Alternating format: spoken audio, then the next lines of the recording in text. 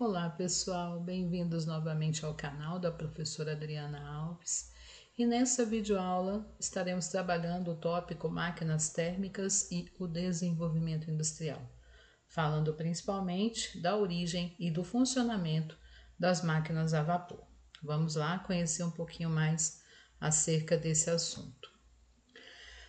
Bom, no século XVIII foram desenvolvidas as máquinas térmicas, instrumentos que transformam, ou transformavam no período a energia térmica, ou seja, a energia do calor, em energia mecânica, que é a energia do movimento.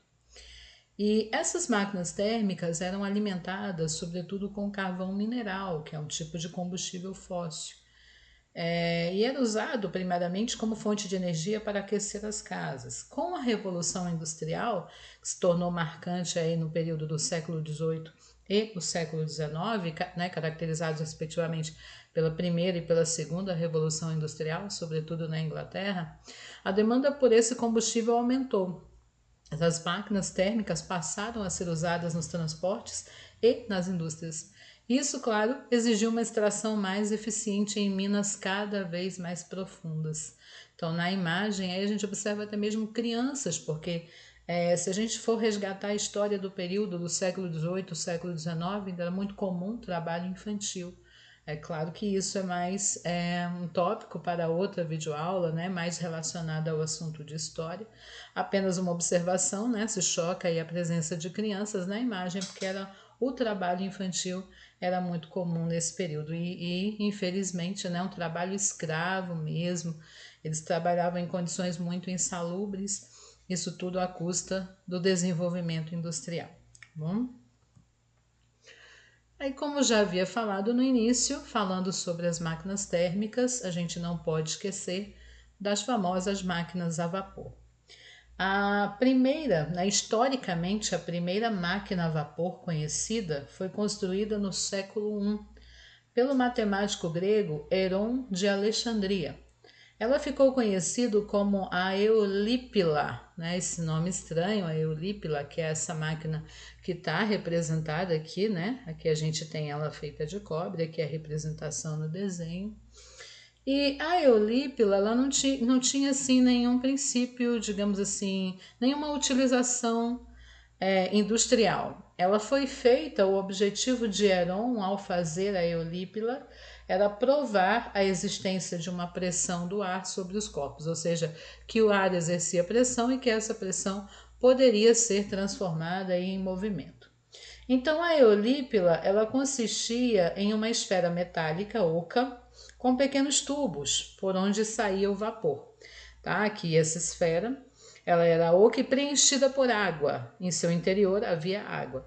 E embaixo, né, como nós sabemos, aqui ó, a material para ser queimado, né, fornecendo fogo.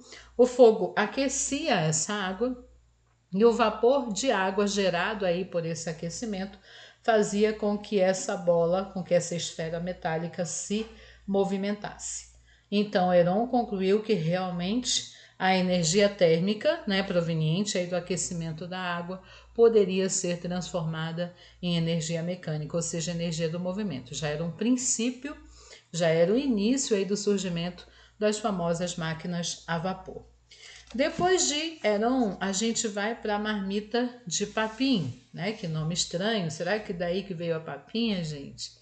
Posteriormente, muitos outros projetos foram executados, alguns aperfeiçoados, como aconteceu com o modelo desenvolvido pelo físico francês Denis Papin, que é esse que está na segunda figura, que viveu entre os séculos 17 e 18.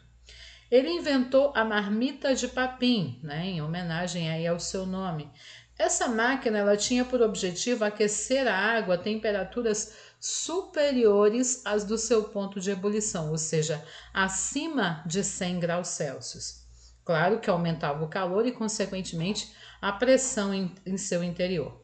A marmita de Papin se tornou um precursor das autoclaves. Ai, que trava a língua, né?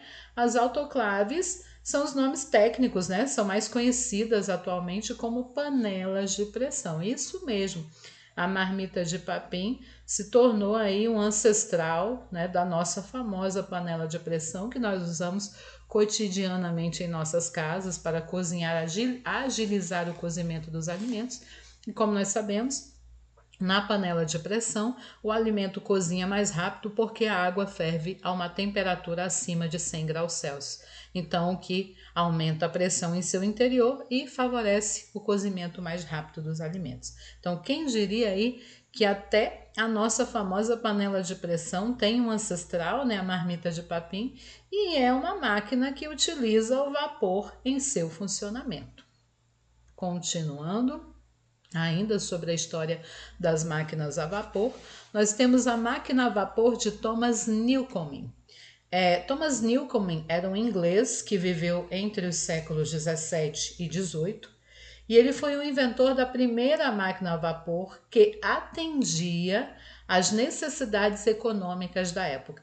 Essa máquina ela tinha o papel de bombear a água de lençóis subterrâneos, ou seja, de lençóis freáticos, que por muitas vezes os mineradores encontravam nas escavações das minas de carvão.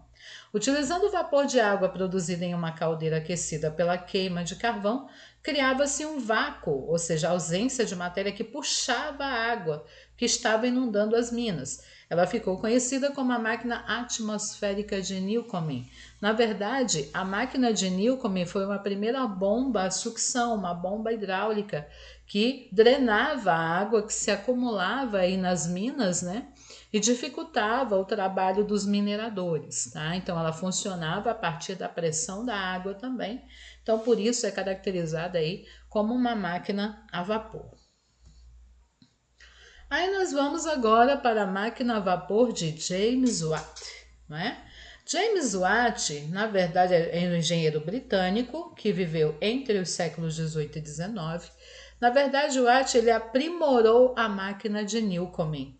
E ao aprimorar, digamos assim, aperfeiçoar essa máquina, ele conseguiu melhorar o trabalho nas minas, diminuindo o tempo de drenagem da água.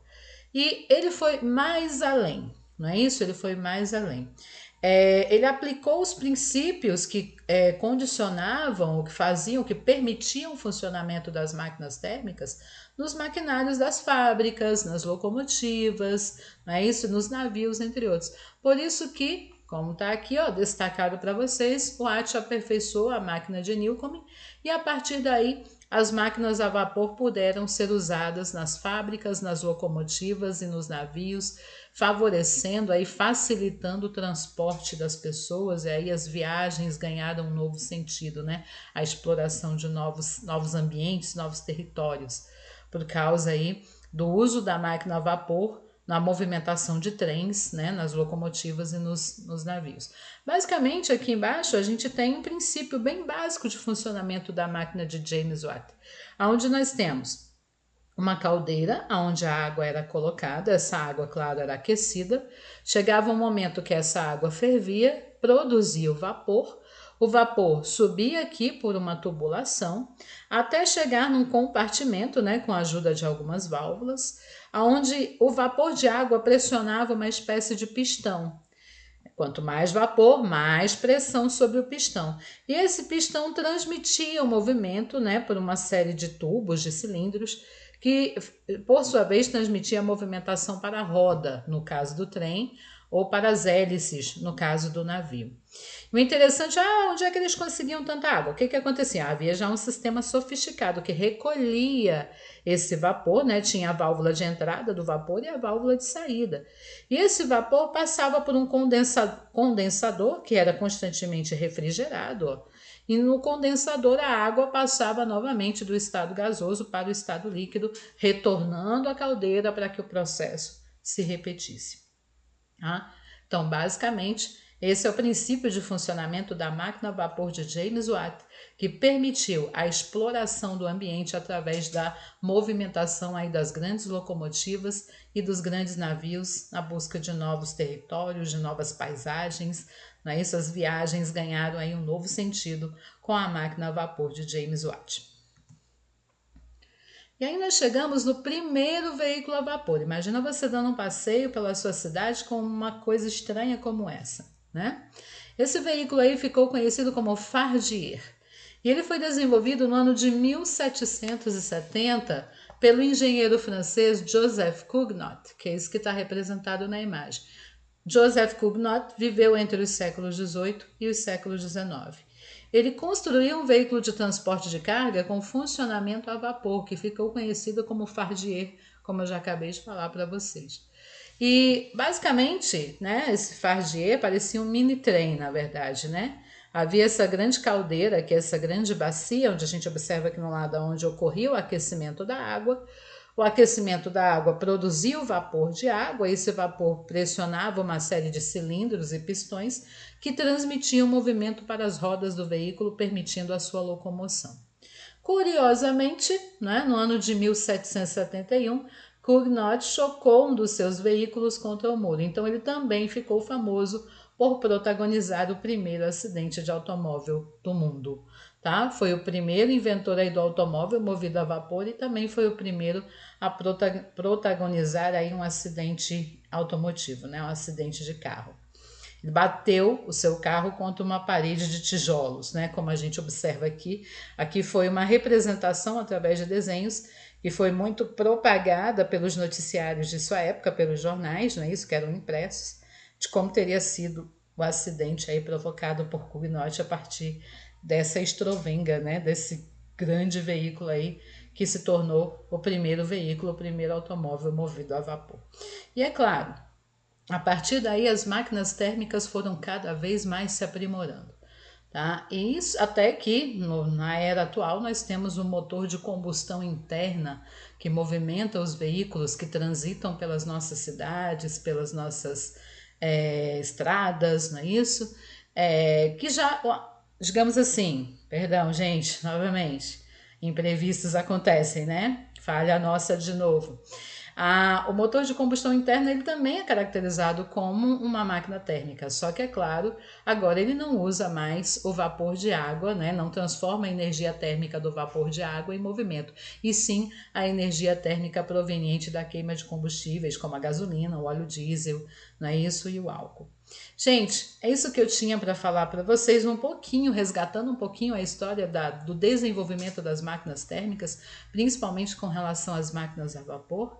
Espero que tenham gostado. Mais uma vez, gostou, dê o seu like, compartilha, comenta. Está sempre incentivando aqui para que a professora Adriana possa estar cada vez mais aperfeiçoando os vídeos para vocês. Muito obrigado, gente, e até a próxima.